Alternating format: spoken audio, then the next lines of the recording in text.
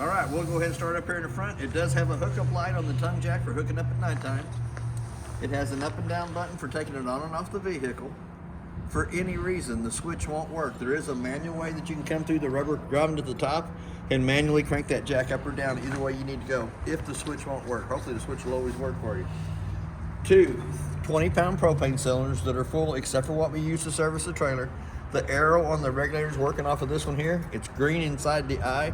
As soon as this tank would happen to come up empty, it's going to turn red inside the eye, indicating that the bottle it's pointed to is empty. If the cylinder on the other side is already opened up, it'll automatically pick up from there.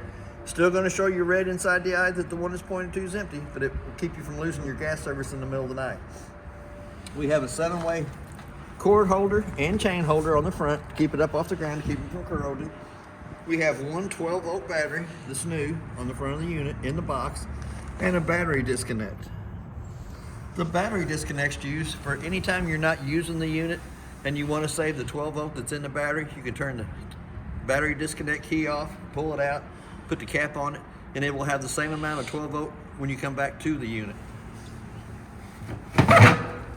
Bottle cover has 2 little cords underneath it that you can go underneath the metal bottle rack to hold it in place.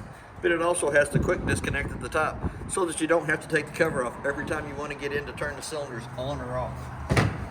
So we're going to set that right off to the side. We're going to start down this side over here.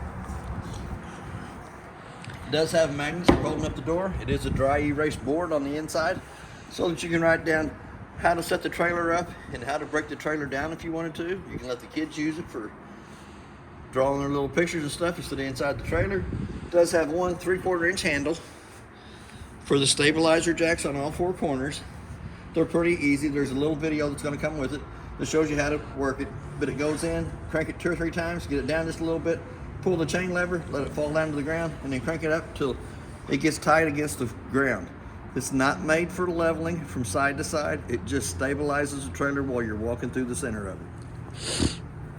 So we're going to walk down this side over here. I had to put this slide room out to get the heat on in the inside, but it is prepped for slide toppers on all the slide rooms. The lug nuts on the trailer have been torqued at 100 foot-pounds. That's what's recommended on the side of the coach. And they are air pressure, which is 65 pounds on the side of the tire cold. Our next connection back is our first termination valve. The 3-inch valve in the front is for the toilet water only. The 2-inch gray valve in the back will be your kitchen sink, bathroom sink, and your shower water. Our second termination valve says galley tank above it, which is actually the outside kitchenette. Second stabilizer jack's on this corner over here. White connection is your city water connect that you can hook to with a water hose and regulator and never have to fill the fresh tank on the front. The second connection back behind it is your black tank flush that you can hook to with a water hose and regulator. After you've dumped your black tank, got all the nasties out that'll come out, hook a water hose and regulator to that, turn water pressure onto it, has a little aerator on the inside of the tank that spins around, cleans more of the debris out of the inside of the black tank only. It is a 50-amp service. Cord goes on, makes a 1/4 turn, tighten up the black knob. The cord's 36 foot long. It does have 2 little blue LED lights on the other end, showing you that it has 110 power coming through it.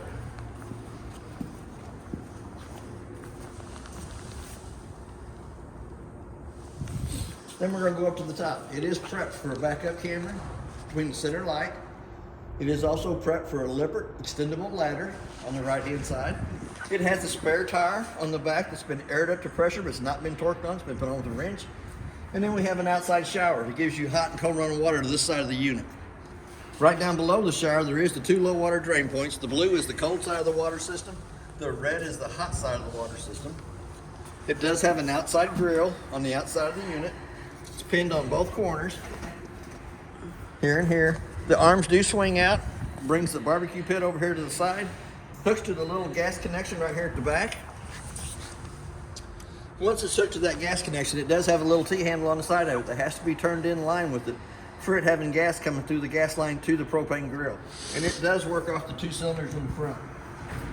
So we're going to go into the outside kitchenette.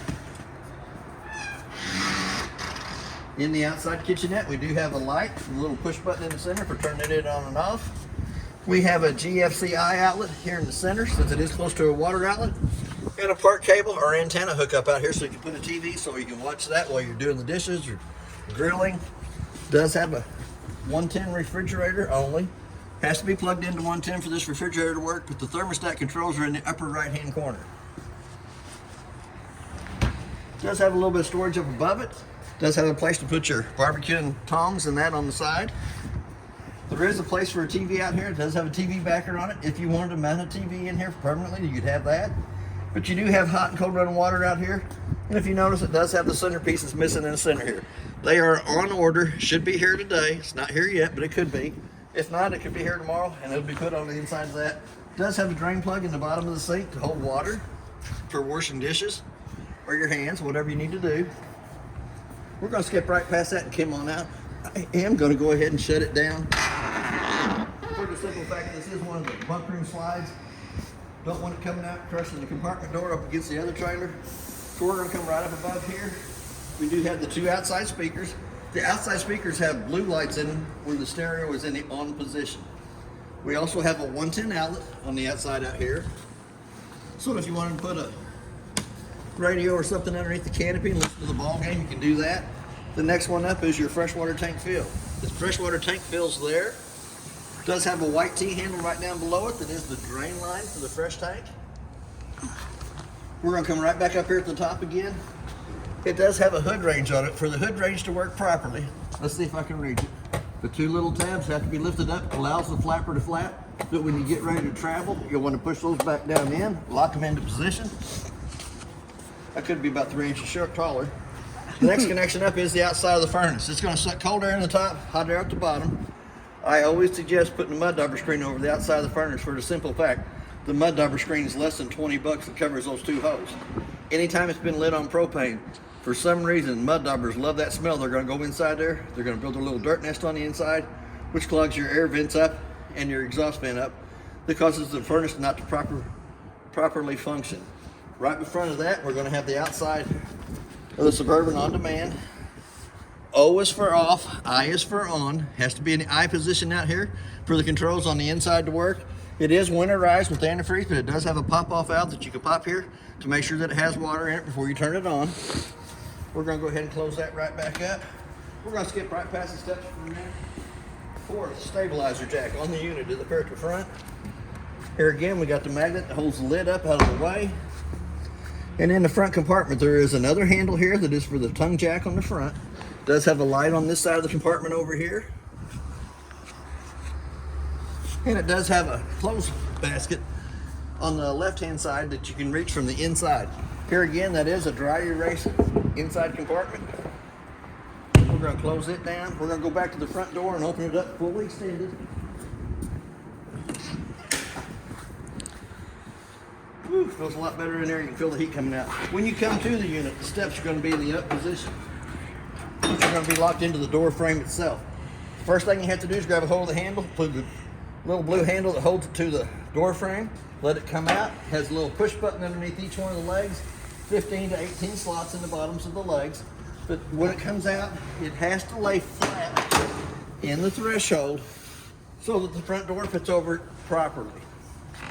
To achieve that, you push the two little pins underneath the leg and adjust accordingly.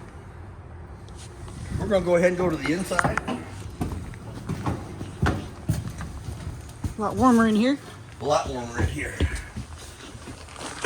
Excuse me. It does have a working fire extinguisher on the left-hand side as we come in. That's kind of a federal law. We're going to go all the way up to the tippy top. It has solar panels up on top of the unit. The battery has 13.6 volts in it. It'll put out 15.1 volts to it from the sunlight above us. You can run the enter button or the back to change any one of them settings that you want so you can see what's in it. Has a dimmer light here on the center that turns the center row of lights on. We're going to come back up to the monitor panel. We're going to check the battery. Shows you the battery is fully charged. To get an accurate reading on the battery, you really need to have the 110 line unplugged. Then push the battery button and it'll show you exactly how much juice is in the battery. We're going to come over to the fresh tank button next. Push it and it shows you that it's empty. As it fills up, it'll show 1/3, 2/3 full. Once it hits full, go out and turn the water pressure off going to the fresh tank. Black tank's the same way. It's empty. As it fills up, 1/3, 2/3 full. Gray water is your kitchen sink, your bathroom sink, and your shower water. The galley tank is the outside kitchenette only. The red button right down below that turns the water pump on between the freshwater tank and the faucets. The second one here turns the LED lights on the awning. The third one turns its LED lights above the slide room on. The first switch down here at the bottom runs the slide room in and out. We'll bump it in so you can see it coming in. We'll bump it back out. The next one is for the awning to go in and out. We'll run it out, but I think it might be just a little windy, so we'll run it out just a little way so we can see the LED lights underneath it.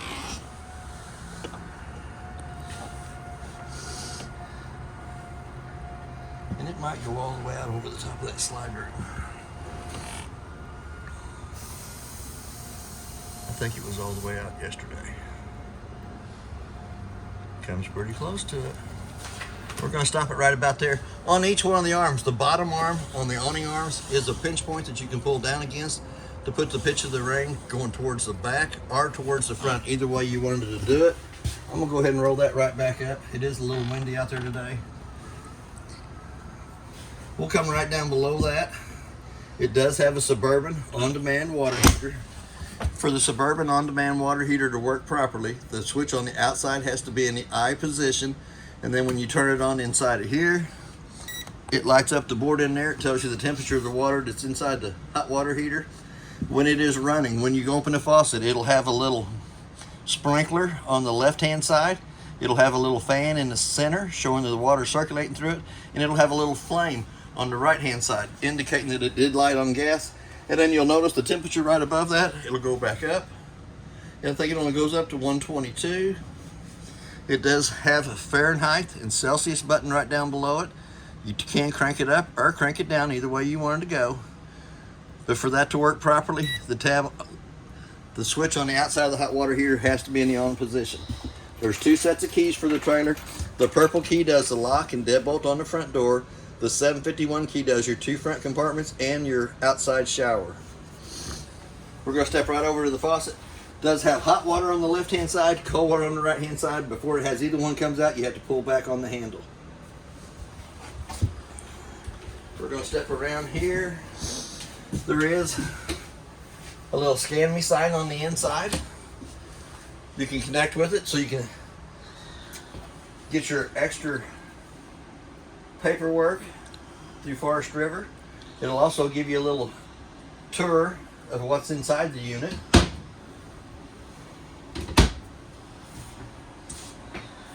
I'm going to show you one more thing before we go too far away from it. Underneath the kitchen sink, if you take the two screws out of the hidden panel there, will access you into the back of the hot water heater itself. The two screws in this panel underneath the refrigerator, if you take those two screws out, accesses you into the water pump and the bypass valve on the water system. It has a bypass valve for winterizing there. It is winterized inside the unit. So we're going to come right back here to the microwave. We'll go up to the microwave. I did warm my coffee up in it a couple times, and I did cook my lunch in it yesterday. But let's say it's 3:30.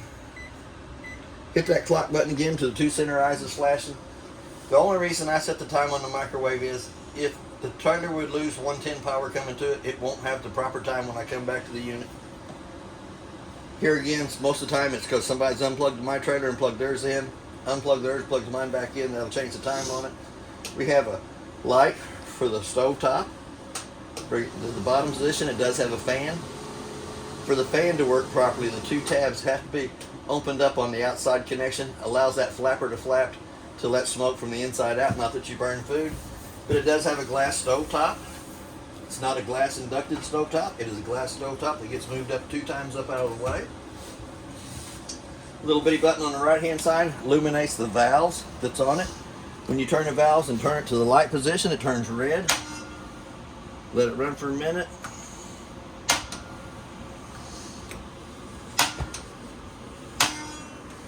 Let it run for a minute. It heats the thermocoupler up.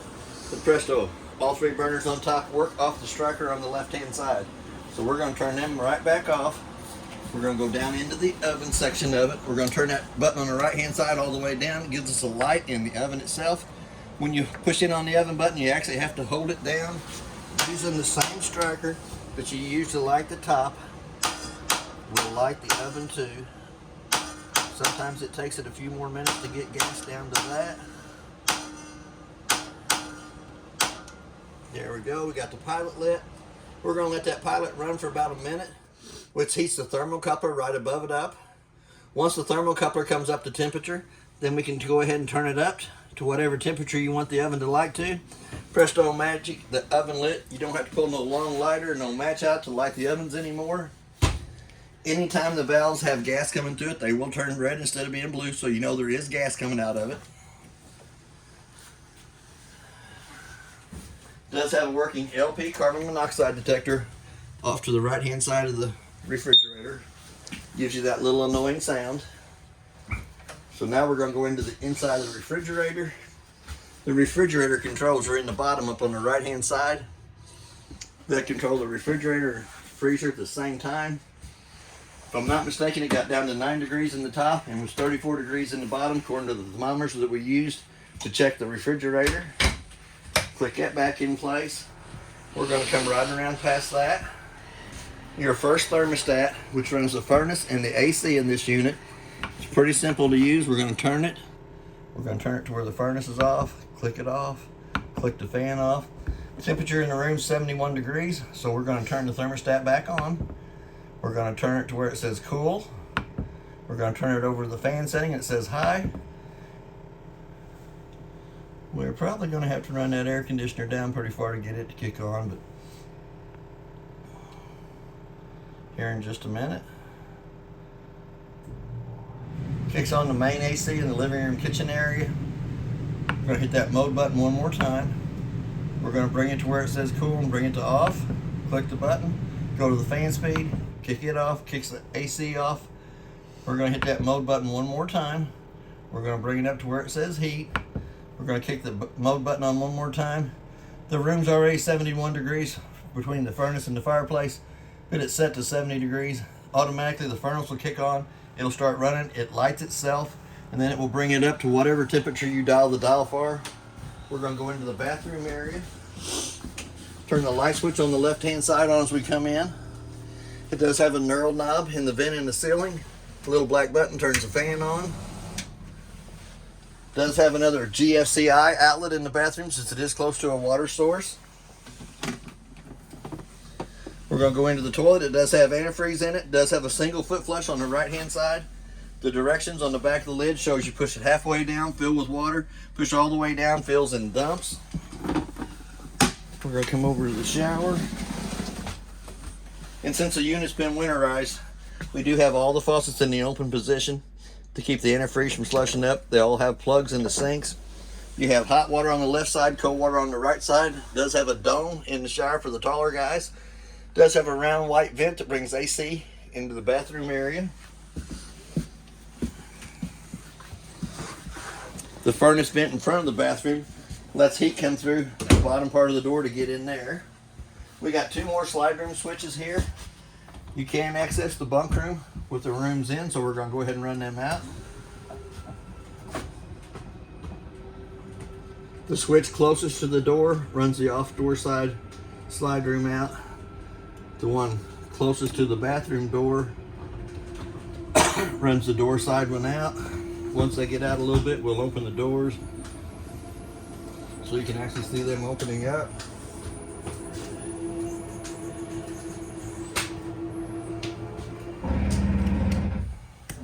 It's always good to make sure there's not a tree or another vehicle parked up along the side where the slide room can come out.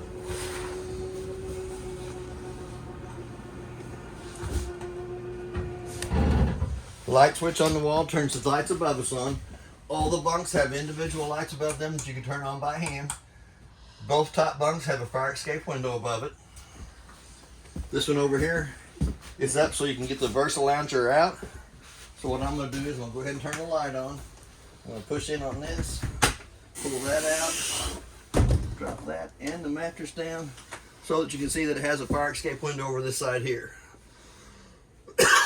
Pretty simple, explanatory on them. Grab the red handle on the screen, pulls the screen loose from the window frame, red handle there goes to the bottom of the window frame itself for access for top bunk on either side. We'll pull that back. Hopefully you never have to use that. Does have closet space on both sides. Boys put their clothes over there. Girls can put their clothes over here. It has several baskets inside here for toys and other clothing. There is a spot in the center for a TV. Excuse me. That will pick up off the antenna on the roof and work with the booster in the living room. We have the breaker box in the center here. We're going to open it up. Does have what the breakers are marked from the left to the right, exactly what they are, with the mains being in the center. Your 12-volt car fuses from the right-hand side, top to bottom. That gives you 2 spots down to bottom that are empty. But they also have a red light off to the right-hand side. Anytime one of those 12-volt fuses blows, the red light will come on the right-hand side of the fuse, indicate that the fuse is blowed, that you can also see through the tinted window on the front. Before you run the slide rooms in back here, you always want to go through and make sure both cabinet doors are secured. The lid's up on the breaker box. It has a USB port on either side of the bunks at the top, and it has a 110 outlet on either side of the bunks at the bottom. It does have a brown vent in the floor to bring heat back to the excuse me, bunk room. It does have the round vents in the ceiling. Has your separate air conditioner in the back for the bunk room for the kids. That works off this thermostat here. Works the same way the one in the living room does, except for it does not work the heat from back here. It does have the cold and it does have the heat, but it does not operate the furnace from back here. It's just the air conditioner in the bunk room only. Excuse me. As we come back up into the living room area, it has a 110 outlet to the right side of the kitchen dinette.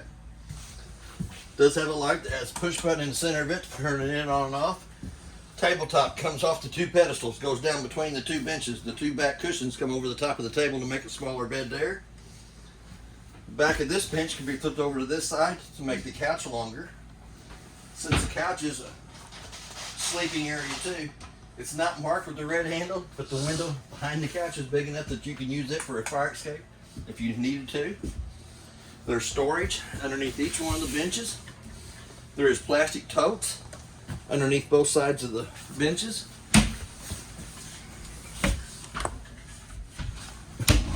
And there's 3 plastic totes underneath the couch. Here again, there's a spot in the front for a TV. Does have a TV backer. Does have the TV antenna booster and a 110 outlet to plug it into. Comes down through the black cords. Cables come down through the black hole here in the top.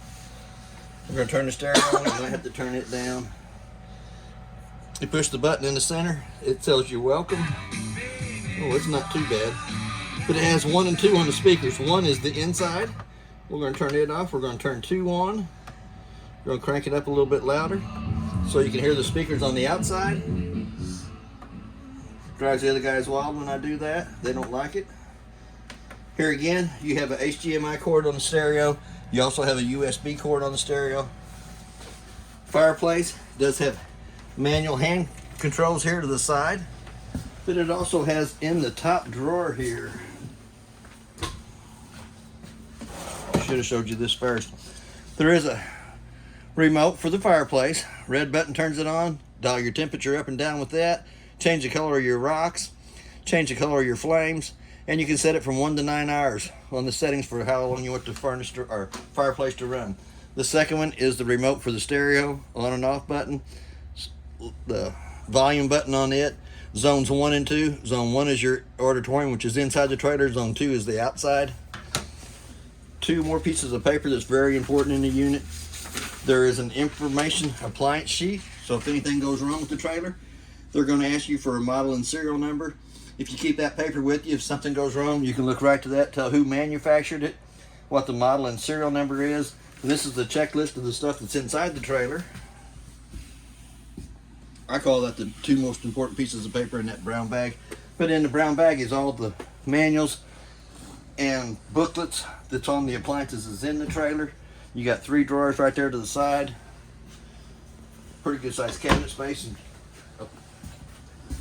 the application of the drawers.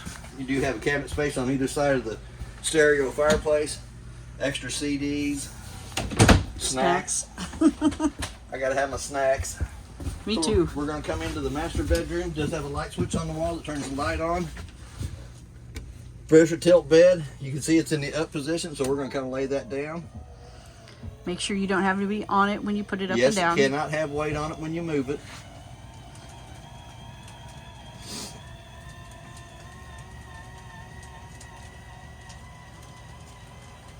It is a king size mattress, 66 by 78 inches.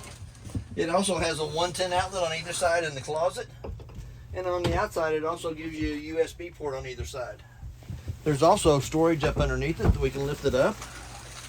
Accesses you into the front compartment and also gives you the 4 baskets underneath. On the right hand side is the cabinet door that accesses you into the clothes hamper where you can store your old clothes when you're done using them. They can be accessed from the inside or the outside, either way. Here again, we're going to fold the bed back down. And on the off door side in the master bedroom, it does have a red handle indicating that that is a fire escape window. That opens fully extended for escaping out the master bedroom. Always hate saying that about that, but you do have to have a way to get in and out. It does have pretty good size curtains on either side that blocks the windows and can be hooked together by the Velcro for blacking it out in the master bedroom area. Does have a pretty good size window on that side too there. Does not have the red handle on it, but it could also be used for an access point.